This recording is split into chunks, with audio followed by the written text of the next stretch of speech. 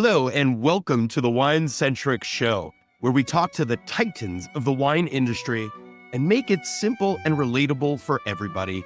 Today, I have a true titan.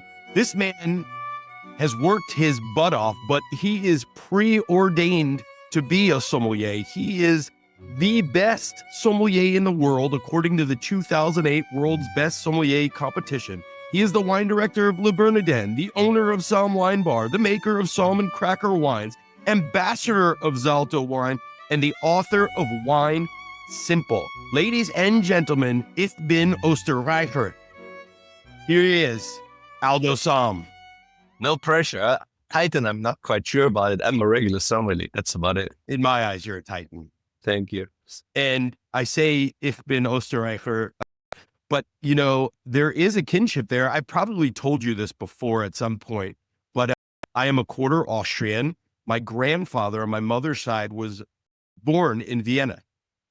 So. Oh, wow. Do you have the Austrian passport? No, I wish. I wish I did. That would be amazing. But maybe that's something I can look into. There's actually a lot of Americans actually applied for Austrian citizenship and they get it. Oddly enough, for me as an Austrian, it's very difficult to have dual citizenship. Especially in this day and age.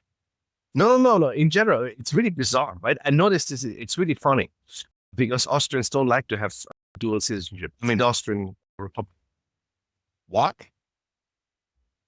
I find it so common amongst other European, like for example, in Europe right now, can't you just almost get an all European passport or Euro, whoever's in the Euro?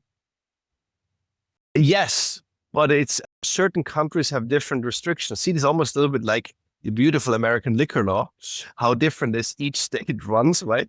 I think that's the easiest way to explain you this. Fair enough. I'm going to look into that because I would love to have dual citizenship, especially it makes travel so easy. I mean, for the very small part of not having to sit in the US line or the foreigner line when you go to a foreign country. Yeah. That leads me to a question later, but before I get to that, Aldo, I like to play some brain games on this. And you say you're not a titan. I say you are a titan. But you are also super relatable. The book Wine Simple and your Wine Fact Wednesdays is a testament to that. But the other thing that I think most people don't know about you, and I find fascinating, is that you are one of the biggest fans of Jay-Z in the world.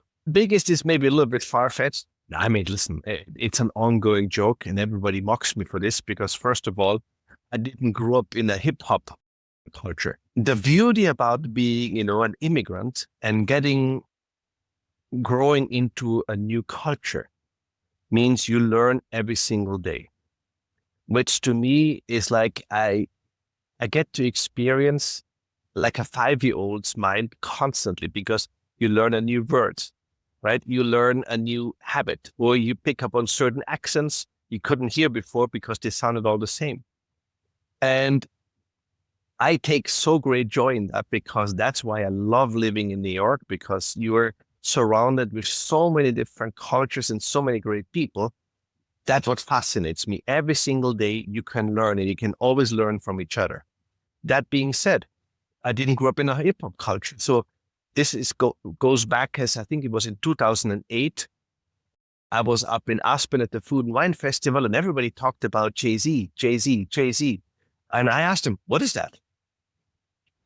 And they all started laughing, right? They thought I was being funny. And until they realized I wasn't. Fast forward a year, Robert Board took me then to a Jay-Z concert. That actually was Watch the Throne with Kanye West. This was my first hip hop concert. I was fascinated, right? First of all, when the lights go out, all the little flashlights go on and you're in a cloud of weed, which is for a sommelier not necessarily a great thing. I mean, they're pulling up such a show and I listened to the lyrics, but I understood maybe 5%. Yeah. But to my greatest surprise was the average American doesn't understand more than 15 either. But I said, that's your language, right? So I was really smitten by it. But it was kind of a really fascinating show. It's a totally different world I was able to dive in. and I had such a blast. And then, of course, you have a glass of champagne after, and we talked about it. And I discovered also, because I asked them, what is an 8-ball? Because they kept talking about this nonstop, right? So, of course, there was another laughter about the Austrian, because, again, I didn't grow up in this culture, right? So it's just a beautiful thing. And then I followed him to a couple of concerts. And was once a New Year's Eve concert mixed with Coldplay, which was amazing. Back in the day, now my wife, back in the day, my girlfriend, she didn't like the music of Jay-Z. And I tricked her into it because she loved Coldplay. And I said, there's Coldplay playing for New Year's Eve. She said, oh my God, if this is the case, I'm getting the tickets. I said, that is awesome.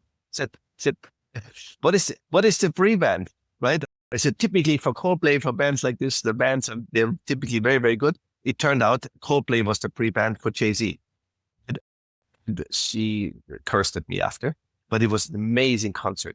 That's my Jay-Z story. And then I learned this kind of his sign, what he does.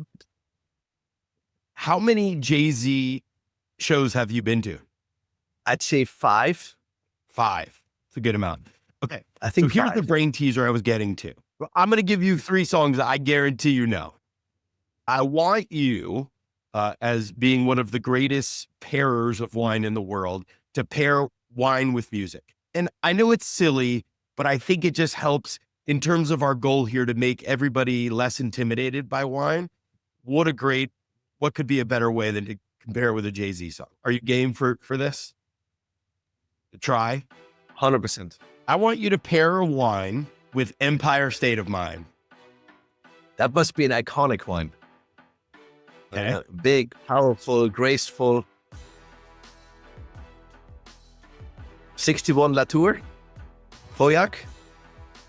Okay. The Empire State of Mind is, that gives you some power. That's not just a little bit of a wine. That's just not a little bit of an aperitif. This is, deep diving into the city, understanding the city, seeing the power behind it. So that to me is something, which is a once in a lifetime bucket list item wine. Totally. We talked about it on the show before. If you've ever watched Ratatouille, the chef Linguini drinks the 61 Latour, one of the best wines arguably ever made in the world. Yeah. So nice beginning. 99 Problems. This should be a fun and playful wine. I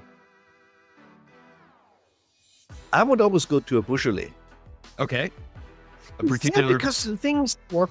I think in today's world, people are often too hung up by problems, but any problem brings you solutions too, right? And gives you fresh ideas and challenges your mind. And one thing I've learned from the Beaujolais, it's not an expensive wine, right? If you just go to the one from Julien Sunet, a Fleury, doesn't break your bank and is super delicious. Or if you go even with La Pierre de Raisin de Gaulois, that's a really interesting entry level of Gamay. We always worry about what we're giving up, but we never worry about what we're gaining. And sometimes you have to approach life from the bright side and everything will be fine. I love that. I love the idea. For those that you don't know, Beaujolais in France, the very southern tip of Burgundy, and it's known for its Gamay and its cruise of Beaujolais. One of the best pairings I've ever had. Do you remember when they made that like $25 burger over at Minetta Tavern, which at that time was a lot for a hamburger, and they used to pair it with a Brouilly, a Côte de Brouilly. Yeah, it's just delicious. Perfect. I'm with you. Okay, last one. Yeah, Can't Knock the Hustle. That's a good one. What would you pair with that one? I'd almost go into Tuscany. Okay. Playful, it's rich, it's fun. There's hard labor with it, right? There's sweat and tears with it, but it's still fun and enjoyable. And works actually with a broad variety of foods on top of it. Okay. I'm with you. Where are we thinking specifically? Are we going to like Montalcino? Are we going to the coast? I'm very, very fortunate because I spent one summer in 1992 in Florence to learn Italian. Sadly, I forgot most of it, but I had the opportunity back in the day to taste all of those Chianti Classicos on all communes. And that was just before, it was just on the breaking point where they introduced Cabernet Sauvignon, Merlot, and Syrah. Mm-hmm. And it was still basically the old Chianti formula with Canaiolo Nero and also the white grape varieties. Well, that's, Now, yeah. this might be controversial, but I always thought, that's historically rich anchored. And then they started introducing also new oak, right? Which I wasn't particularly fond of. And of course, it tasted international, but had nothing to do with Chianti Classico, in a sense, in my opinion, right? Of course. So, and 2022, I led out a cycling wine trip with a friend. A friend of mine has a cycling travel company, and I had this crazy idea. There's no better way to discover a wine region than on a bicycle. Now we went. His company is called Ingamba, so they give you all the support what pro cyclists get. It's actually a company run by pro cyclists. It's basically an Italian slang word of basically being cool, right? Or you're the guy who knows where to go to get what. And you go to this restaurant because they make this very, very good. So that's called the Zingamba. And so I led this group and we biked, through the vineyards, to the wineries and had a wine tasting. Now, I made them all spit. I said, listen, we don't drink and ride because we don't want to kill ourselves, but we spit. But the advantage and the reason why I've always did stuff like this because on a bicycle, when you bike through the vineyards, for instance, we were down in Lecce, if you go to Castello di Ama, for instance, which I love, it's a bit warmer down there, even if you go to San Giusto Rentinano in Gaiole. But if you go then up towards Rada, right, you feel cooler air coming in. And as a result, those Chiantis, they have a little higher acidity, a little firmer tannins. If you go further south into Castello Bernardin, right, to Felsina, for instance, those wines have more muscles. The heat kicks more in. And then the last day, we biked down to Montalcino. Of course, you realize that is warmer there, right? And as a result, there's more hair in the nest. And on a bicycle, you're exposed to the elements. You smell the air, you hear the birds, right? You feel the heat, you feel the cold, you feel the wind. In a car, you don't have that. You're basically encapsulated. The AC is running perfectly on 72 degrees, let's say. Music is running, and everything is very fast. You don't understand the terroir. And on a bike, you absolutely do. And they all got it immediately.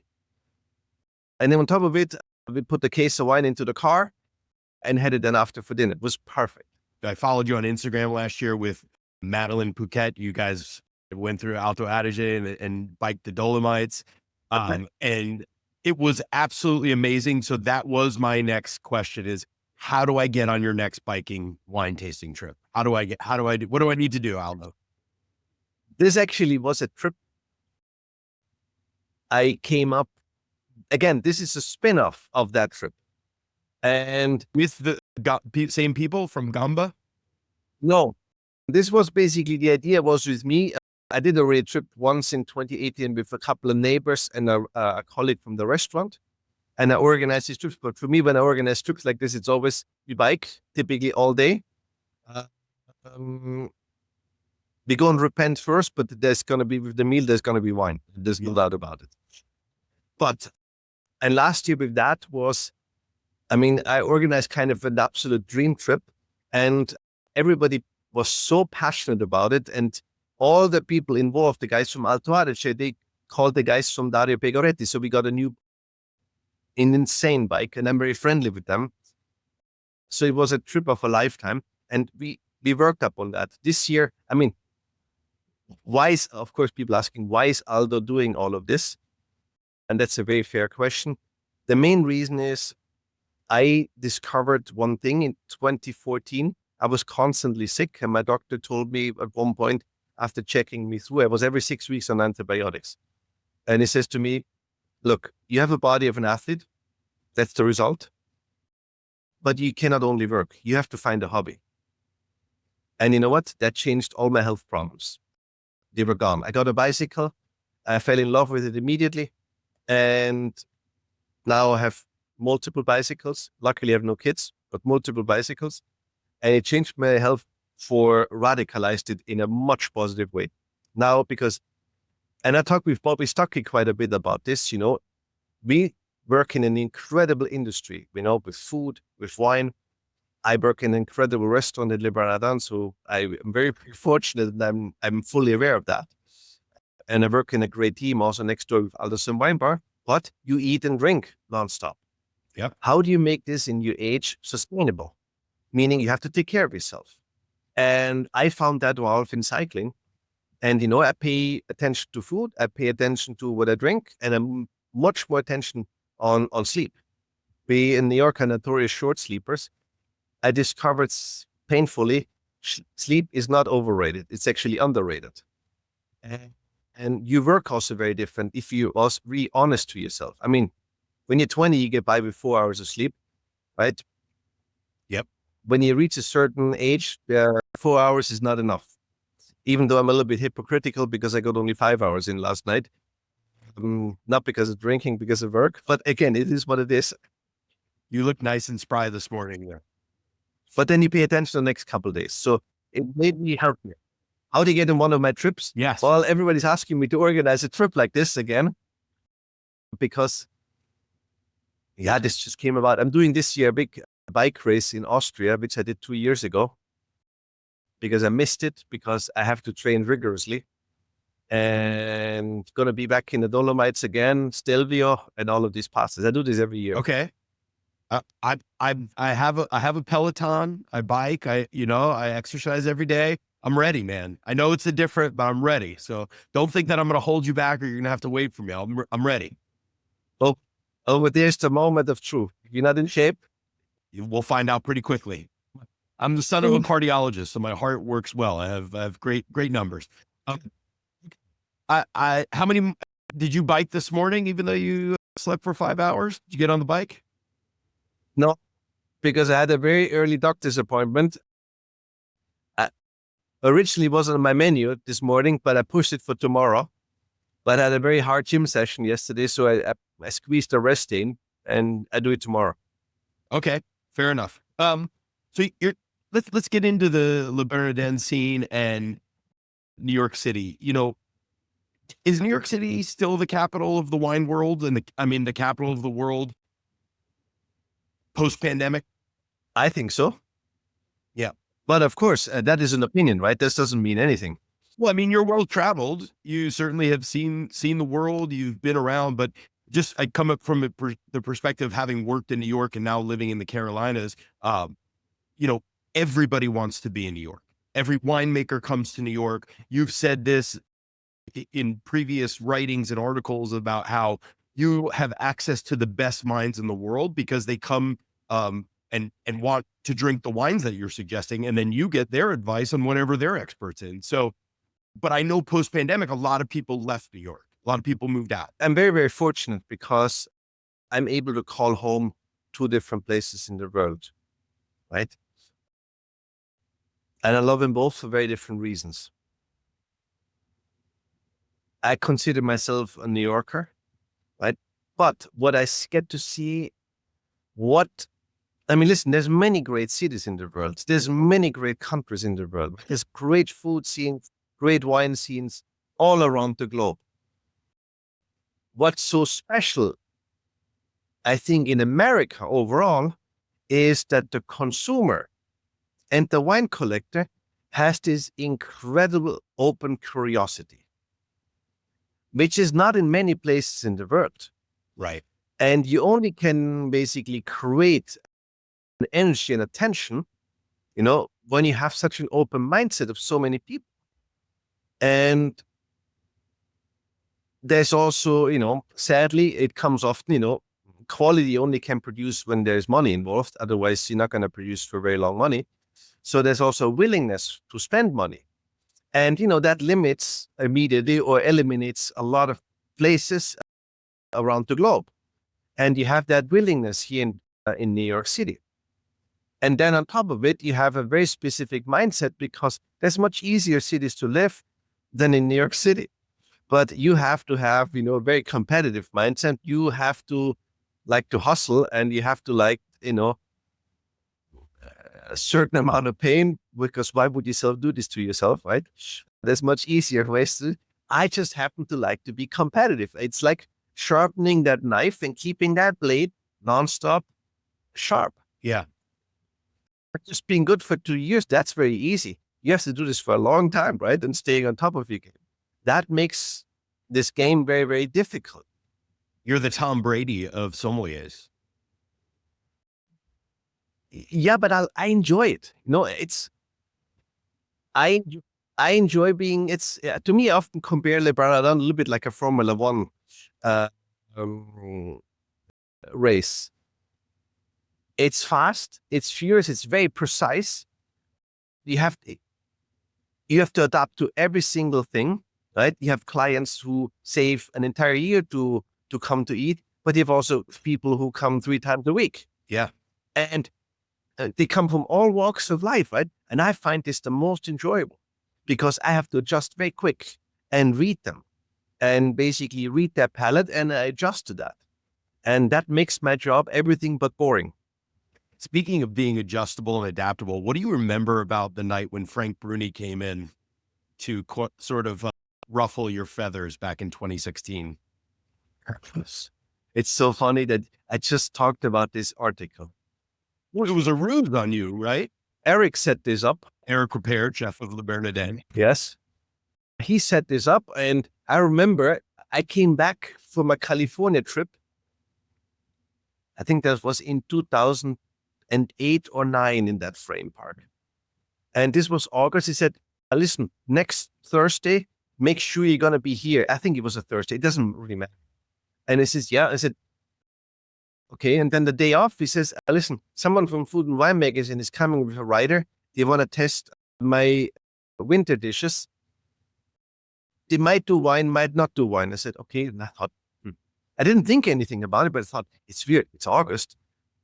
Why are we doing winter dishes? But I didn't back then. I didn't know him as well enough yet, right? I was just a little bit over a year at Le Bernardin, and then all of a sudden, right, 7:30,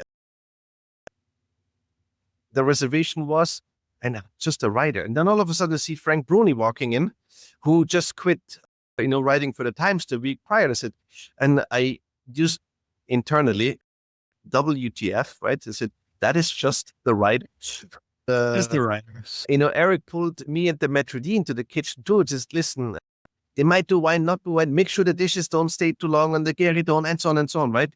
And he sits down, and then I serve them a champagne. It starts immediately from there, right? He rejected the champagne. Can you do something different, sparkling, right? And every course, the wine he rejected, but leave it here. But can you do? He was super well prepared. Obviously, it's Frank Bruni, but constantly try. How much is this wine? And I said $150. Would you be able to pair something for half the price? And he tried every single thing until did I give him an attitude or nothing? For 8 full courses. Now, eventually, and then Eric called me in the kitchen. Why are you talking so long to them? I said, the guy's asking me questions, like pounding me like a schnitzel, right? It's nonstop, right? And I was just focusing onto that. It felt almost like a sommelier competition, like you on stage, but with Frank Bruni and Kay Crater, full gas zooming into that, right? Yeah. And I enjoyed the game because I knew at one point, this is a game, right? Yeah. I love, it's like you're in this race, right? I know at one point the alcohol will catch up on him. And the tide will turn in my favor.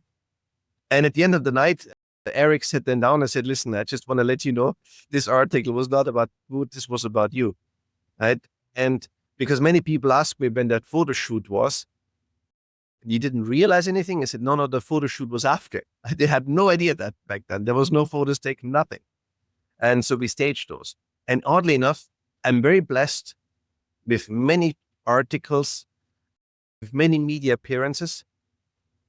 And, in today's world, social media world, nothing lasts longer than 24 hours, 48 hours, the most. Yeah. People still refer on that article from 2009. If you go online on Food and Wine Magazine, they dated it now different because I think they updated the website dates now to 2016. Yeah. But the article was done in 2009. Which article are we talking about from 2009?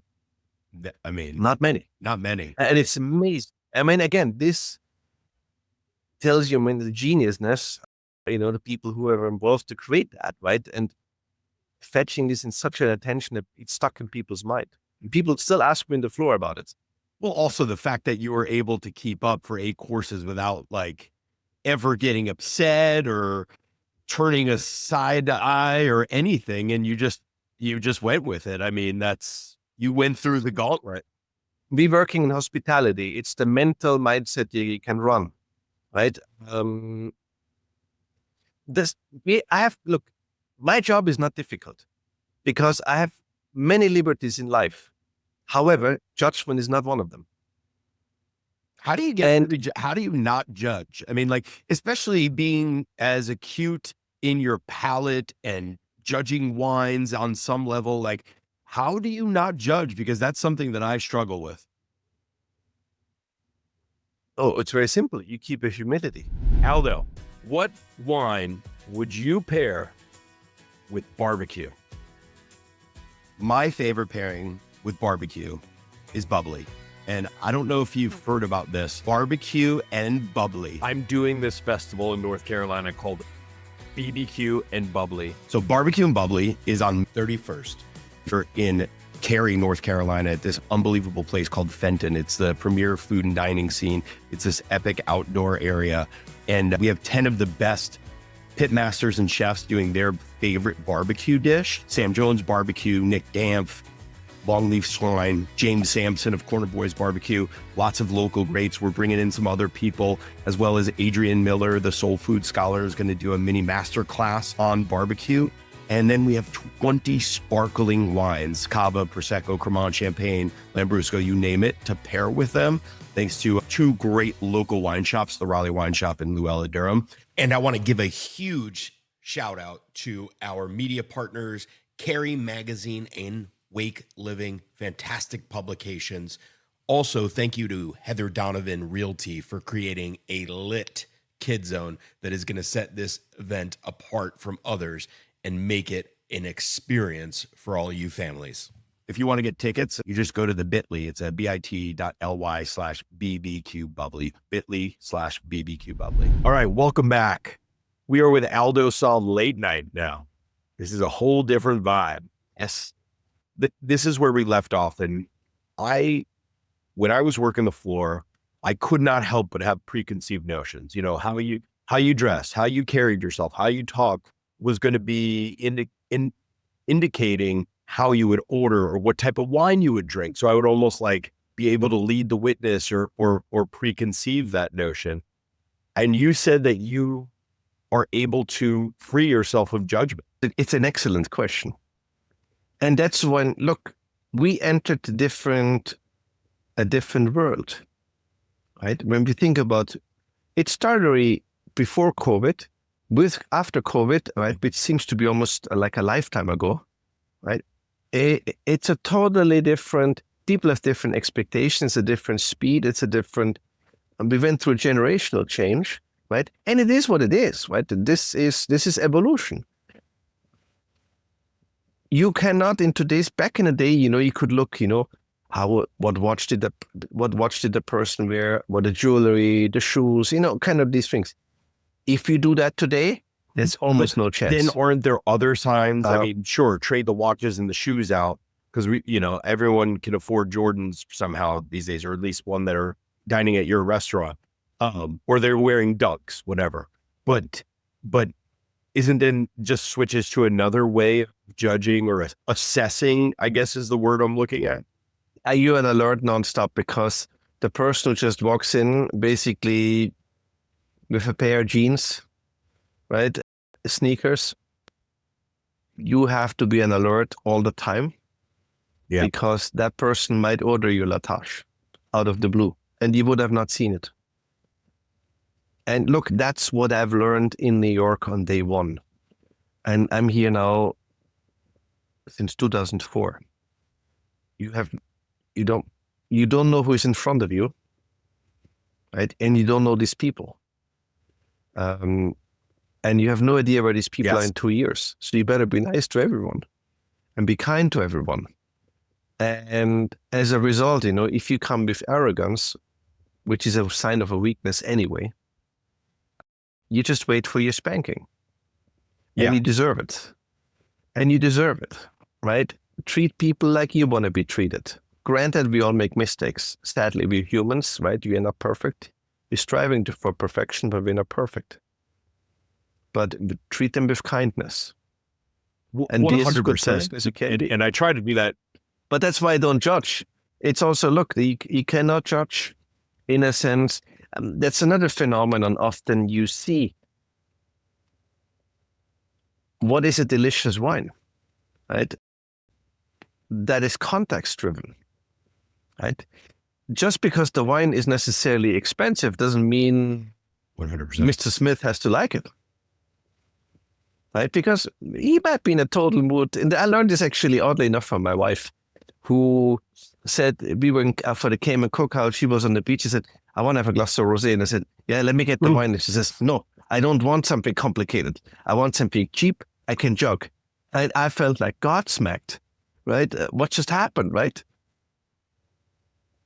But one could say you could judge and brush this off, but my curiosity drove me, and I tried that wine. And when you come fresh out of water, it's actually, it was contextual. It was delicious. Would I do this in New York? No. And, a light bulb went up. I learned something from someone who is not from this industry. So you still have to be relatable. So that's all context driven, right? Sometimes I'm not in the mood for wine. I have a beer. Great. I get that. And the guest is always the star of the show, right? But at some point, and maybe this is, again, my ego-driven brain, that you seem to have been able to separate ego from this. They're coming to see at Aldo Sohm Wine Bar, your name's on the door. I know you didn't intend it to be that way, but that was Eric's idea, not mine. Just further to the point about how you are sans ego. But at some point, they're expecting the Aldo performance, the suit, the tasse de vin, the incredible knowledge. So I don't know that, how do you... When we opened the wine bar in 2014, and I answer this question probably with giving you this story. For the wine bar, typically I always took my jacket off, right? I just ran with the apron and the shirt just to take the formality off, because at first the press was putting quite a pressure onto us. This is a sibling. This is the spin-off of Le Bernardin.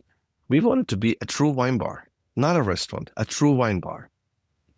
And I told the opening team, I said, guys, there will be a lot of pressure coming in because of that. And I apologize for upfront, but we have to be hospitable. You come to my living room, right? And then as it is, on the opening team, there were days when I just took my jacket off and I was the bosser. I was bossing tables because I helped the team. And there came a bunch, and there was Sarah Thomas, one of my opening sommeliers. And she went for the Court of Master Sommelier for her advanced program. And there were a bunch of master sommeliers, and they said, they asked her, so Aldo, is he ever here? And she says to him, yeah, he's actually right there. And they looked at him, they were completely baffled. They said, that's the guy who is bossing the tables? So yeah, that's him. And apparently after, one of them told me, right, that we were completely baffled, right? That guy works. But of course, I can put different hats on, right? I can talk with someone, just to bring him in who has never had the experience having wine, how to not take the intimidation away. But of course, if you want to talk all the differences, right, between Perrier, Charme, and Genevieve, between this producer, I'm happy to dig into that. I don't have that ego in it because wine should be enjoyable. It's such two separate parts of your brain, because here you are, you're, as you said earlier, uber competitive, right? Like you won the best sommelier in Austria 4 times, best sommelier in the world. That takes, you have to have some ego to do that, right? I'm way too poor to be able to afford ego. That's an expensive thing that typically ego costs careers. No. I mean, yes, do have to have certain self-confidence. Yes. Because depending on the client, if you come already nervous there, you basically just arm this up more. You have to read the situation. But there's a difference between ego and confidence. Right? And again, I don't know everything either, to be very honest. Right? I have opinions. This might very neat. I have no idea if this is even true. But I'm joking about it, but it's, in New York, to live in New York is not very difficult. A hello, a smile, and a thank you opens you every door. And never forget where you came from. And one should not forget that.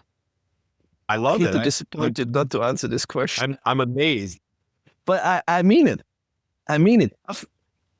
Of course, there's certain things. Of course, you're competitive. Of course, you run into this. But you can do this in a way. I mean, Eric is similar. You must. Right? We both are very competitive. But you can be in a respectful way, right? And you perform at the highest level. Back to the Frank Bruni article and these things, and it just seems like, does anything ever get you flustered? Does anything ever get you off your game? Yeah, of course. What? Of course. What's rocked your boat? Now, of course, there are situations which are upsetting. Things happen, accidents happen, mistakes happen. You make mistakes. Of course, I'm annoyed. But in the dining room, we shut this down. Right? You see the swan on the lake. Yeah. You have no idea what's going on the surface. Nor should you as a client. Right? You should see the experience. When things go wrong, I mean, listen, sadly, as much as we humans like to be consistent, we're sadly not, right? Because you had an argument, mom called you and gave you bad news. You had an argument with your partner, right? The subway broke down, you got stuck on the subway for half an hour. And so on and forth. You walk in here, everything ends. That's it. That's a hard part to do, but that's discipline. There, I'm very, very fortunate to grow up in a German-speaking country. It was very rigorous and very boxed, and the competitions taught me that. And look, you have to perform on the highest level, because listen, I often tell young people when they come to Le Bernardin, this is like the Formula One, but in Monte Carlo. It's very fast. It's very narrow. There's no mistakes allowed, because you make one mistake, you're in the wall. The show is over. And in a 3 Michelin-starred restaurants, no one wants to hear, I'm sorry. No one. That's not the line you want to give anyone. So, and that changes you. And look, Eric, actually, my first interview, I had 4 interviews at Le Bernardin when I started here in 2007. But he said to me, look, cooking 3 Michelin stars is not a problem. I said, excuse me?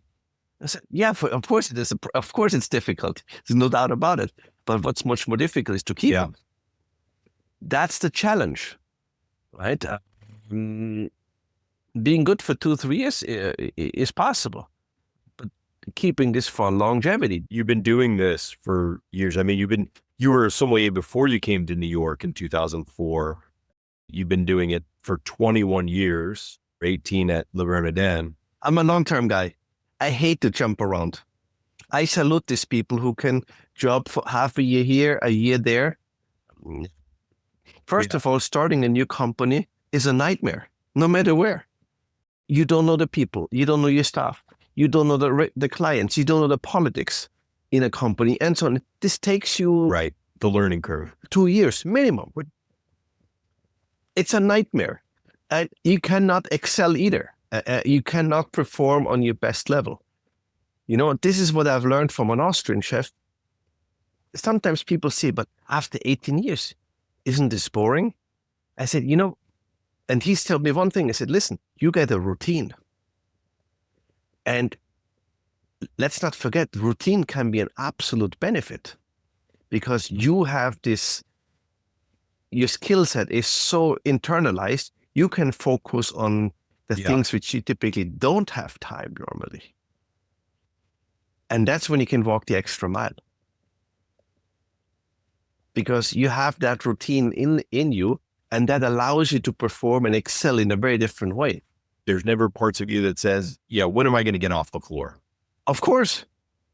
What do you tell that part of yourself? 100%.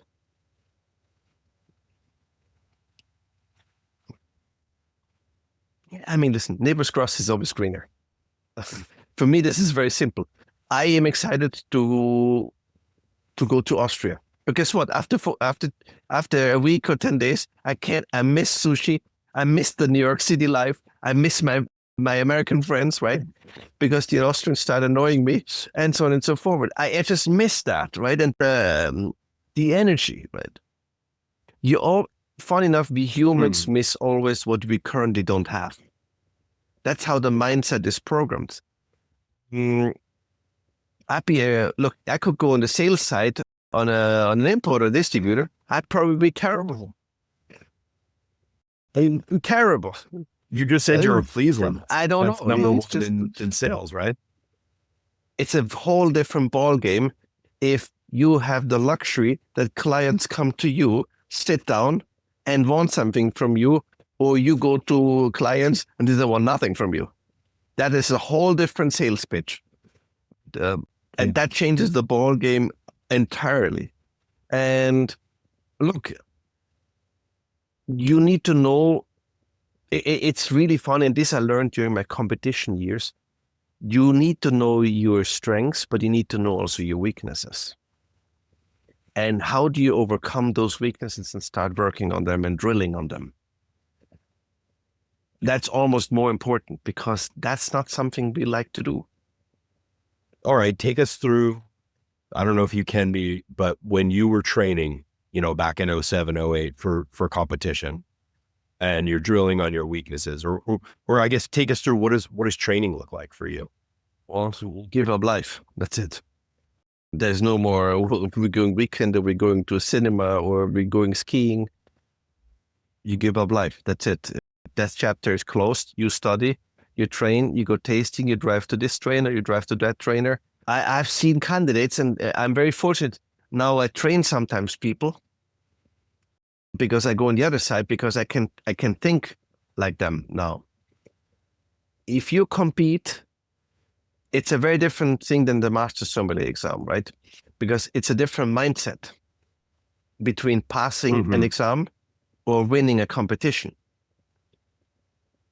It's a total different ballgame, right? If you come in second, everybody wants to win. That's it, right? If you come in second, it's terrible. If you come in fourth, it's a nightmare, right? Because you didn't come into the finals. No, but it's just, this is start weighing mentally on you. And then the other part, we have to compete in a foreign language. That's a whole different thing. That's why I moved to the United States. And when you compete, when you train, look, I'll give you an example. I had a weakness back a day was cigar service. That was a weakness. Absolutely. I had no idea. I didn't smoke, right? It felt weird. My parents smoked. As a result, I didn't like it. Cigarette, or they smoke cigars? They smoked cigarette, and my father smoked cigars, and I didn't like it. And I thought it stank, right? So what do you do? And I'm always very, very lucky that I met people who knew people, and they introduced me to them. And back in the day, I remember I was a man, he was 150 miles away, who won a competition for the best Cubano sommelier. And I drove to him, and he gave me a crash course, on the shapes and on this and how it's made and this and that and how to do the service. And I said, let's smoke a cigar. I said, but I don't smoke.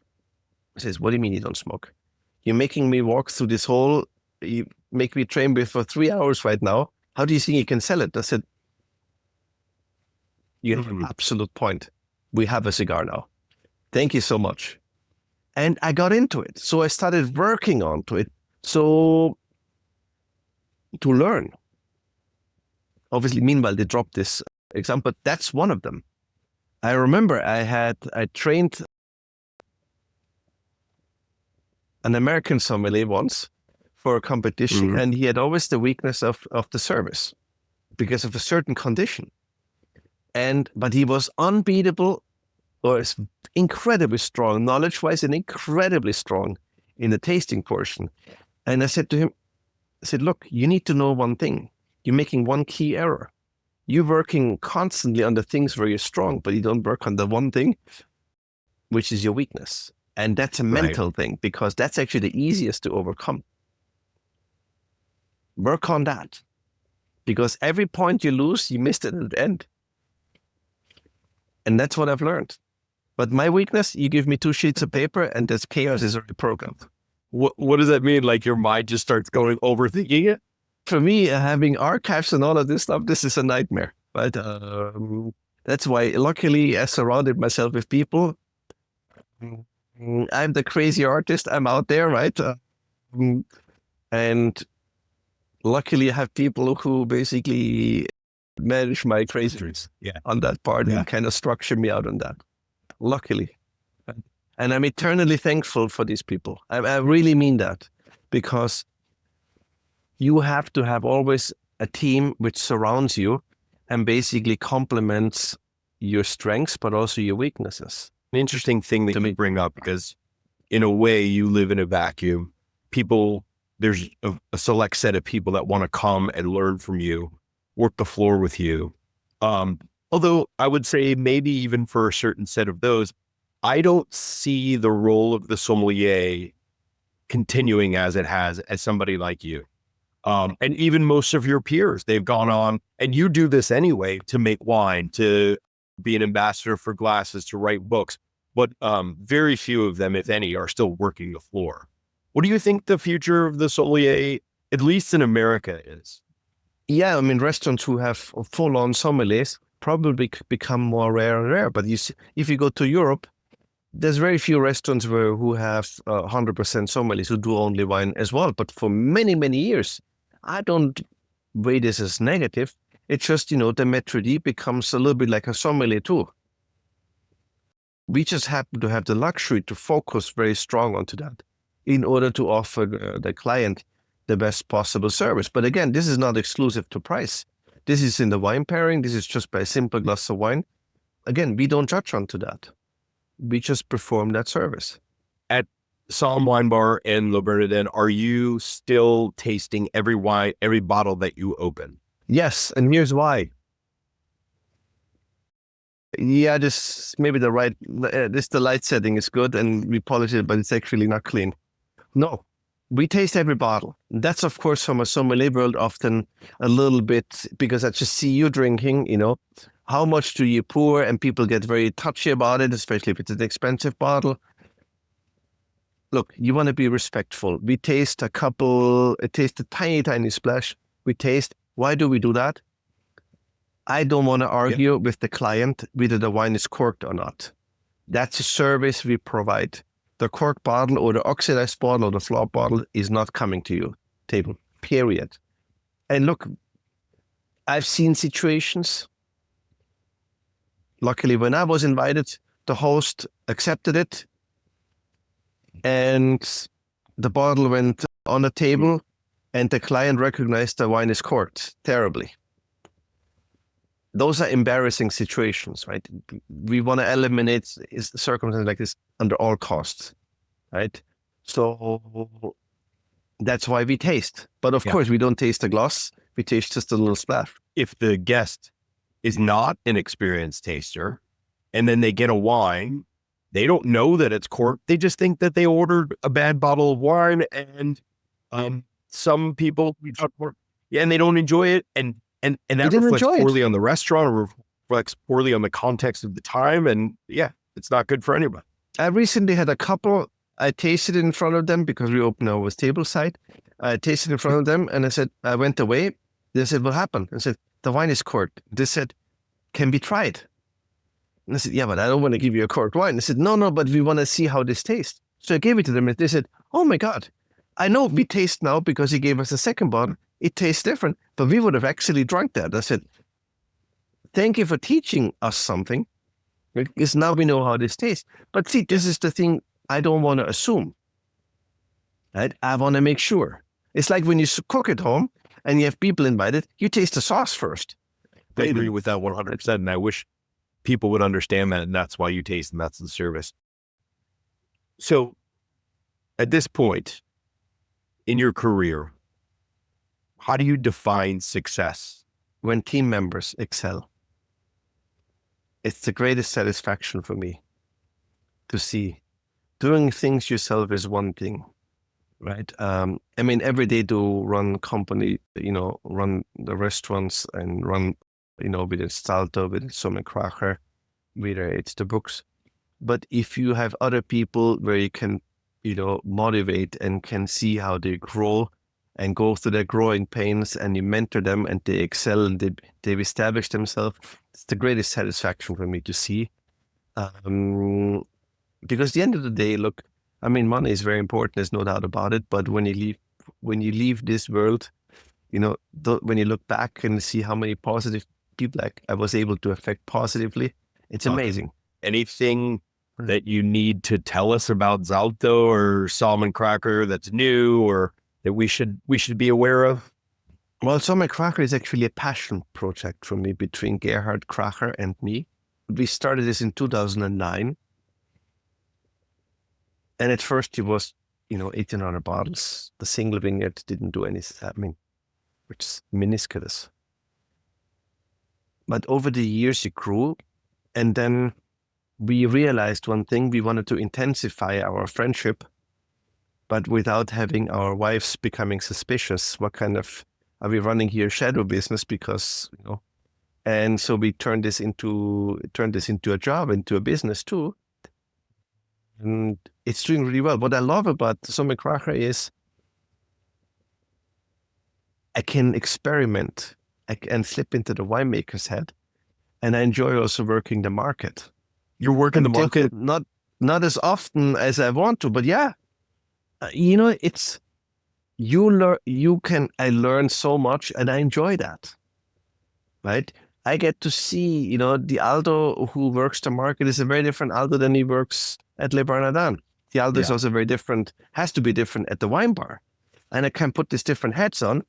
And I have to admit, often when I come into my Le Bernardin mode into the wine bar, sometimes people call me out because I come in like a missile, right? And I have to slow down. It's not a 3-star restaurant like the weapon. It comes in like full gas, right? But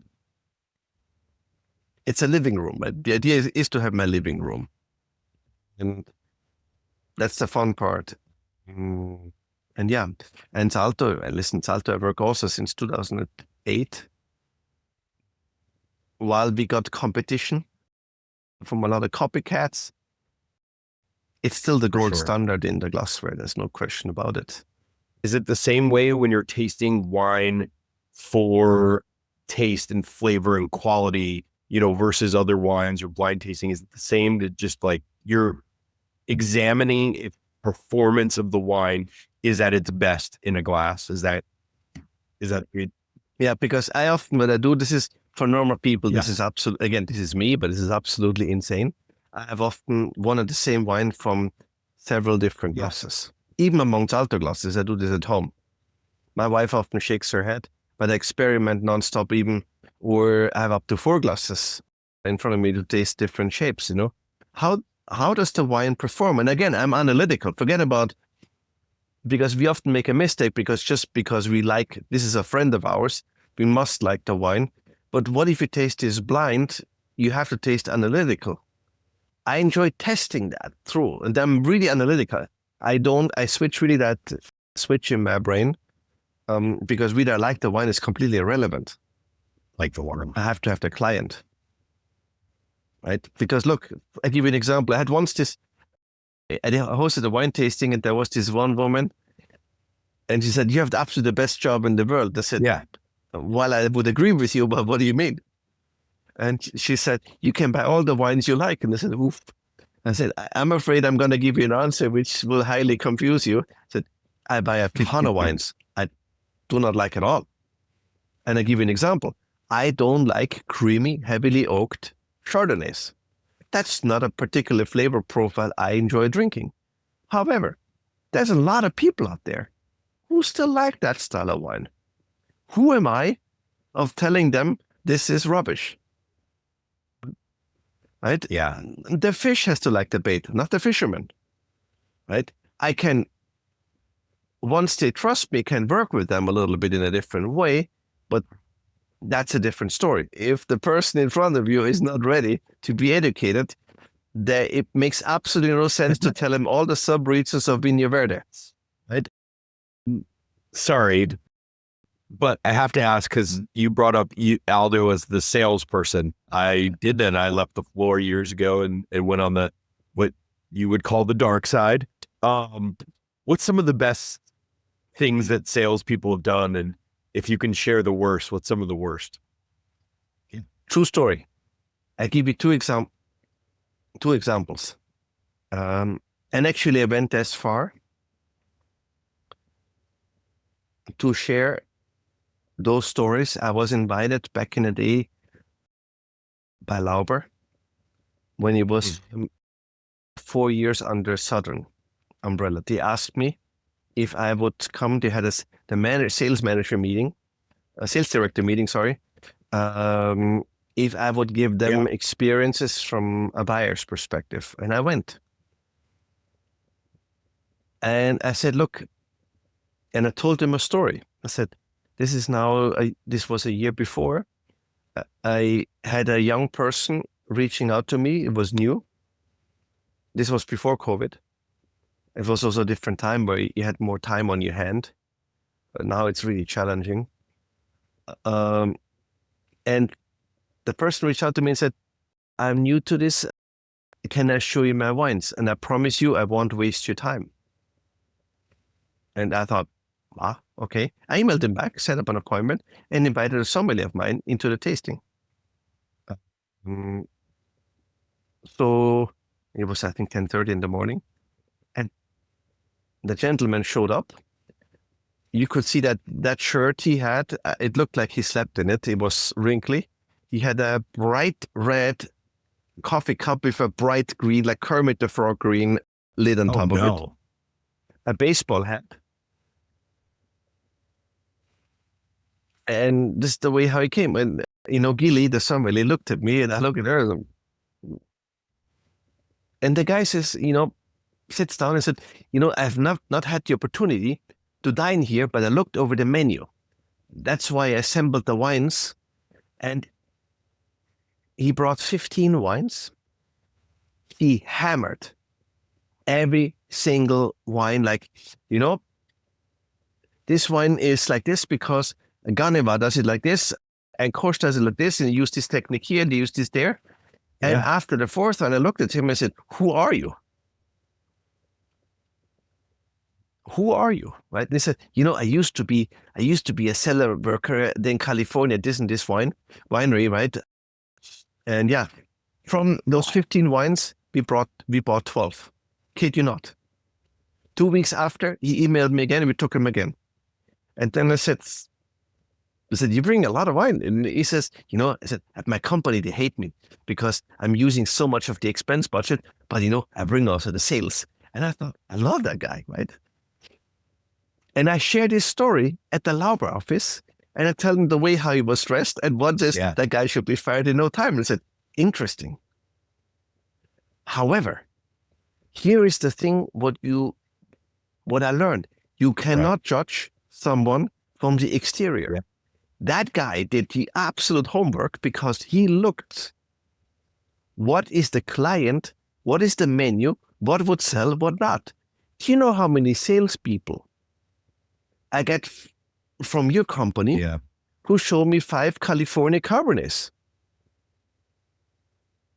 And those are actually often sommeliers who used to be sommeliers. And at the end of it, I asked him, so which wine would you serve with poached halibut? And then, see, I know how this works. You guys send, of course, the directors send out these poor soldiers into the front line, right? And because they come in with the checkbox, they have to check off the boxes. And I said, but what am I supposed to do with 5 Cabernets? Yeah. Right? Each of them have 100 Parker points, right? you're fishing in the wrong pond, Yeah. right? If you show me 5 Chardonnays, I can do something, right? But not with 5 Cabernets. I mean, you have the California Cabernet section, right? Of course we do. But it was ironic. So, and you see this often happening completely, right? I'm always curious because you don't know everything. The wine world is always evolving and you learn constantly. Yeah. That's why I'm open and curious. Right? That's why I often go onto these rants. My team often make fun of me because I discover these new wines then here and there, and then I go down a rabbit hole, and then I try to pair them onto the dishes, and then all of a sudden I start recommending them, and then they see the success, the feedback from the client, and that's when they'll start selling it. So you saw the guy, you saw the wrinkled shirt, the hat, the Passion. coffee, but you still sat down with him. And a lot of buyers in your position would have said, get out of my restaurant before he sat down, or be like, oh, I'm sorry, I have to cancel, just based on, because they would have seen it as a sign of disrespect, I think. That was very sad for the poor guy.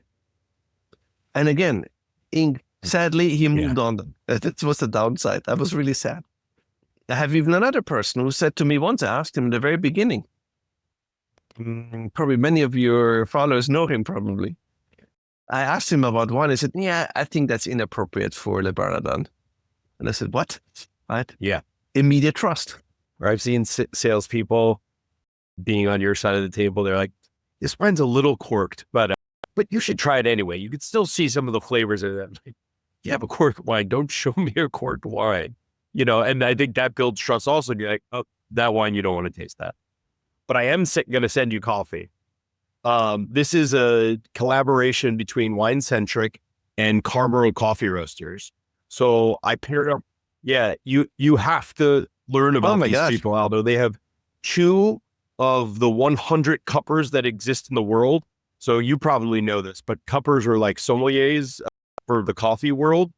And 2 of them exist in this small roastery in right here in the Triangle in North Carolina. And so we partnered up together to highlight their single origin blends. And so the one I'm going to send you is from Peru, from this lady, this farmer named Edith Meza. And it's a cultivar called Pacamora, and it's made in the natural way, which is very hard to do coffee. So I'm going to send you one to go. Thank you so much. Well, Aldo, I really appreciate your time. My great pleasure. It's clear why you are so good at being hospitable and being so an optimist, I think, is what I would say. Well, and for all of you out there, go to Le Bernardin, go to Aldo Sohm Wine Bar, get yourself some salmon cracker, buy some Zalto wine glasses. You will drink deliciously.